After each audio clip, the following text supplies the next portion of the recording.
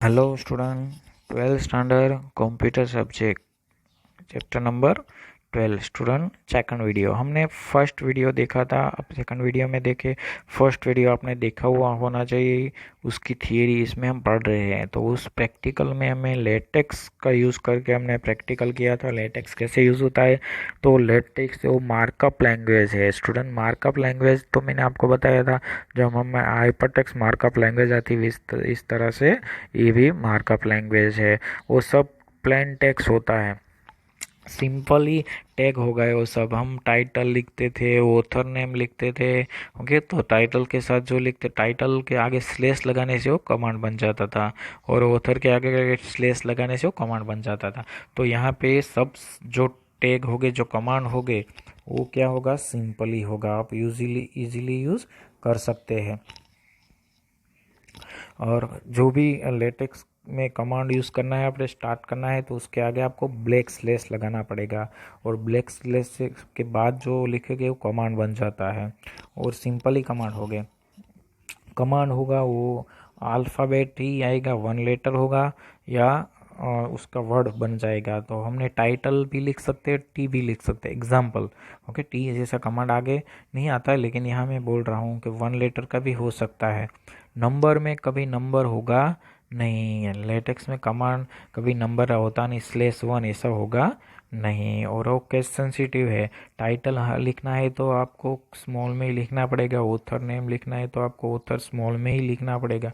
जो कमांड है वो केस सेंसिटिव है, वो सिंपली लिखा जाएगा, स्मॉल ही लिखा जाएगा।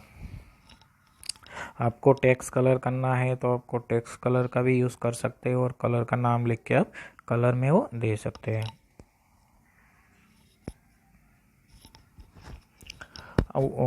There are two types of argument. Optional argument होता है जो स्क्वायर ब्रैकेट में हम लिखते हैं, जो उसकी साइज होगी उसे स्क्वायर ब्रैकेट में लिखा जाएगा, वो कौन सा होगा, ऑप्शनल होगा। और जो कर्ली ब्रैकेट में होगा वो कंपलसरी होगा। जो आप कर्ली ब्रैकेट में लिखोगे वो कंपलसरी होगा, वो स्क्वायर ब्रैकेट में होगा वो क्या होगी, साइज जो होगी वो। डॉक्यूमेंट स्क्वायर ब्रैकेट में 12 pt, कर्ली ब्रैकेट में आर्टिकल। तो जो 12 pt है वो क्या है, ऑप्शनल है, आर्ग्यूमेंट है। और कर्ली ब्रैकेट है वो कंपलसरी आर्ग्यूमेंट है। टू टाइप है, कंपलसरी आर्ग्यूमेंट और ऑप्शनल आर्ग्यूमेंट। एमसीक्यू बोर्ड में कई तरह से पूछा गया है। डॉक्यूमेंट क्लास क्या होता है, तो कमांड वो होता है, स्क्वायर ब्रैकेट में लिखा जाता है वो क्या होता है, ऑप्शनल आर्ग्यूमेंट होता है। और कर्ली ब्रैकेट में जो लिखा जाता है वो क्या है, कंपलसरी होता है। वाइट पेज, जो कैरेक्टर में वाइट पेज आती है, आप जो भी कैरेक्टर लिख रहे हो उसमें लाइन में जो पेज रखते हो, पैराग्राफ में जो पेज रखते हैं उसे वाइट पेज बोला जाता है। ब्रेक लाइन ब्रेक हम लिखते थे, तो डबल स्लेश वो क्या होता है, ब्रेक लाइन हो गया, लाइन ब्रेक लग जाएगी। आप कुछ लाइन पैराग्राफ में लिख रहे हो, लेकिन आप सब लाइन के पीछे डबल स्लेश लिख रहे हो, तो लाइन ब्रेक लग जाएगी। तो ये भी एमसीक्यू पूछा गया है। जो वीडियो हमने आगे देखा उसमें भी मैंने ये यूज़ किया हुआ है। आपको तो पहले वो वीडियो देखना ही पड़ेगा, तब इस थियरी इजीली सॉल्व कर पाओगे। हमने कुछ इस तरह से वो वीडियो में बनाया हुआ था, डॉक्यूमेंट क्लास 12 pt आर्टिकल। तो फर्स्ट लाइन जो है उसमें ऐसा एमसीक्यू हो सकता है, डॉक्यूमेंट क्लास क्या होगा, वो कमांड होगा। और उसके 2 आर्गुमेंट कौन से है, 12 pt और आर्टिकल। 12 pt है वो उसकी साइज़ है फ़ॉन्ट की, वो आप नहीं लिखोगे तो कंपलसरी नहीं है, तो 10 की आएगी, कितनी आएगी, 10 की साइज़ डिफ़ॉल्ट। और आर्टिकल तो कर्ली ब्रैकेट में लिखना ही पड़ेगा। आर्टिकल लिख रहे हो, बुक बना रहे हो, लेटर बना रहे हो, ऐसा कर्ली ब्रैकेट में कुछ तो लिखना ही पड़ेगा। टाइटल के साथ लाइन हेडिंग आ दिया हुआ, डेट दी हुई, डेट नहीं लिखोगे तो जो कंप्यूटर में होगी वही हो जाएगी। बिगिन डॉक्यूमेंट स्टार्ट होगा और एंड डॉक्यूमेंट से एंड होगा, ये भी आपको एमसीक्यू याद रखना है। मेक टाइटल में सेक्शन 1 लिखा है, सेक्शन 2 बार सेक्शन लिखा है। फर्स्ट सेक्शन में पैराग्राफ जैसा है, और सेकंड सेक्शन में सबके पीछे आप देखो डबल स्लेश लगाया हुआ है। अब इस तरह से आउटपुट आएगा। उसने डेट और वो सब प्रिंट नहीं किया हुआ है, टाइटल नहीं प्रिंट किया हुआ, उसने सेक्शन का यूज़ बताया हुआ है। सेक्शन 1 आ गया लिख के, 2 आ गया, ऑटोमेटिकली हाईलाइट हो जाते हैं अक्षर, वो टाइटल बड़े हो जाते हैं, पैराग्राफ अपने आप बन जाता है। जो लाइन है वो सब डिफरेंट लाइन आ गई, देखो डबल स्लेश लगाया था ना इसलिए। एमसीक्यू आईएमपी है reserve character. Student reserve character IMP है, बोर्ड में एमसीक्यू आता ही है। रिजर्व कैरेक्टर कौन से हैज़ जो साइन होते हैं वो सब हैज़ है, परसेंटाइल का सिंबल है। उस रिजर्व किसे बोलते हैं? जिसके आगे आपको स्लेस लगाना पड़ता है, वो डायरेक्टली प्रिंट नहीं होगा। हमें एमएस वर्ड में क्या है, वो सब डायरेक्ट प्रिंट हो जाता है। आप डायरेक्ट वर्ड में से परसेंटाइल का सिंबल प्रिंट कीजिए तो हो जाएगा। यहाँ पे ऐसा नहीं है, यहाँ पे ये सब रिजर्व है। आपको प्रिंट करना है तो इसके आगे स्लेस लगाना पड़ेगा, स्लेस लगाना पड़ेगा, बाद में ये सब प्रिंट करोगे। तो ये एमसीक्यू, ये पैराग्राफ याद रखना ही पड़ेगा आपको। कौन सी साइन है वो आपको याद रखना पड़ेगा, कौन से कैरेक्टर है वो सब आपको याद रखना पड़ेगा। इसको प्रिंट करना है तो आप डायरेक्टली प्रिंट करोगे तो एरर आएगी, तो इसके आगे आपको बैक स्लेस लगाना पड़ेगा।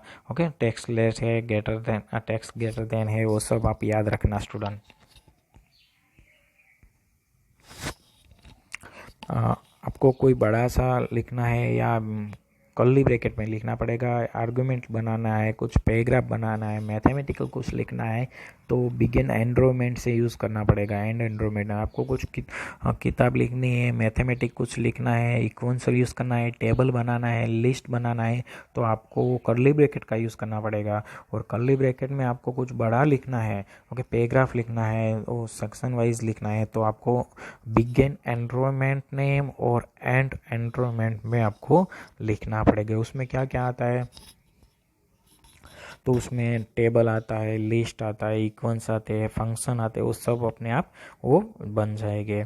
लेटेक्स के और भी कोड आते हैं, लेकिन हमें यहाँ पे हाईलाइट में कर रहा हूँ कमेंट।